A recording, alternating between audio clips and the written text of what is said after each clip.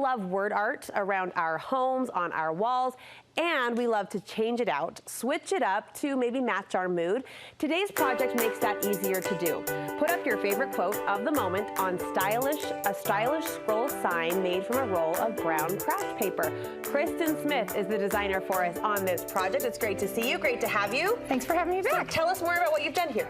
Oh, this is one of my favorite ways to update my home decor. I love when a crafter rubs her hands like that. That means we're gonna get busy, right? Juicy. Yes, because I can just change this out, and I'm not a calligrapher, so this is a fun way for me to do this sign. We all try to embrace our penmanship, but at the end of the day, let's leave it to the professionals, right? Who design these cute sayings. And so, are you someone who does like to switch things out quite often? Yes, always switching things out, yes. This allows you to do that. Where did you get the inspiration for this project? I actually seen it on Pinterest, seen a lot of different things like this on Pinterest, but I didn't know how to do this, the holder, so we came up with a way to do the holder, and then we teamed up with a company that offers these letters to do these 3D. There's a couple of other ways that you can do the letters if you're not a calligrapher. So I love the size of it as well. It's kind of pint size, it's kind of mini, and it would allow you to fill that one area of the wall that I think we all have in our homes, so we just don't know what to do with. Exactly. Right, smaller in space. So set up the project for us, set us up for success. What do we need from a supply perspective? Okay, so you'll pick your paper scroll size, and this is just something that I found at Home Depot. You can also get it on Amazon. Okay. We picked 12-inch, and you want your products to be 6 inches bigger, your wood pieces to be 6 inches bigger. So you can pick 9 inches or 12 inches on this, just 6 inches bigger on all of your wood pieces. So where I like the smaller size, you could go jumbo scale if you wanted absolutely adapt the dimensions. You can even go smaller than this, yes. And we do have this kit with everything here that you need. If you don't want to go and cut all your wood and that type of thing, or go find all of the little pieces, we have this actually on our website right now because we teamed up with the company that makes these Details to Enjoy to offer them on our website right now. Awesome. So we need the wood block 6 inches longer. What are the little pieces that we're looking at? Well, you're going to want your screws to hold on your brackets. You're going to want these little copper end pieces. That kind of makes a little upscale.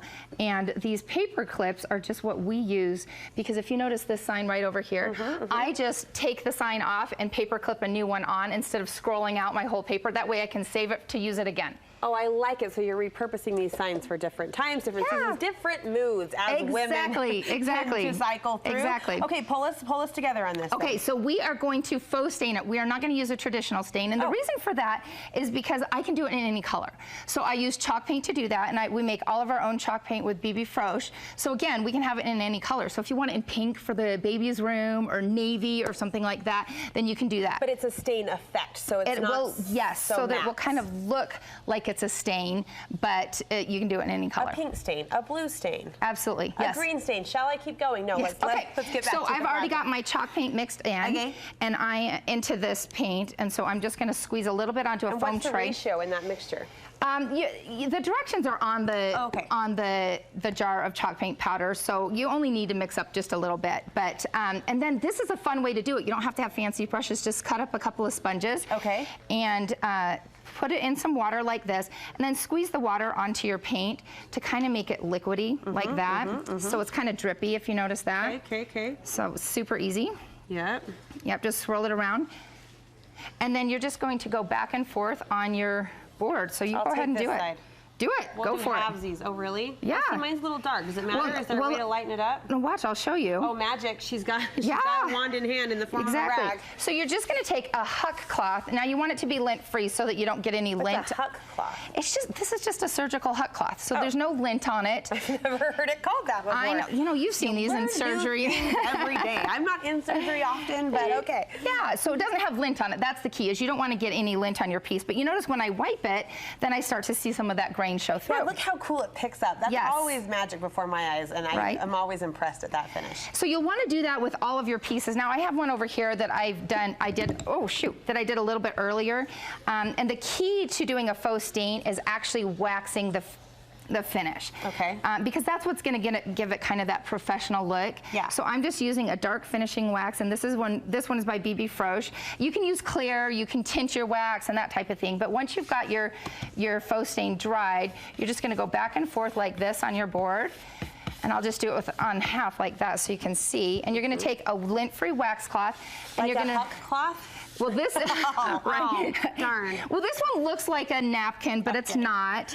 And then you'll just go back and forth until you start to see it kind of shine up, and it will show a little bit of a difference. Pretty. And what I like and what I'm hearing you say is the color control we have in this, right? From the stain color to the actual finish color, you can kind of play it up and give it a different look. Exactly. Okay, exactly. where do we get those copper caps? Okay, so if you're going to buy all of the pieces individually, these are at Home Depot. These are just in the plumbing section, and you just want to make sure that it fits over your dowel. Okay. So just like that. That's all we're doing with that.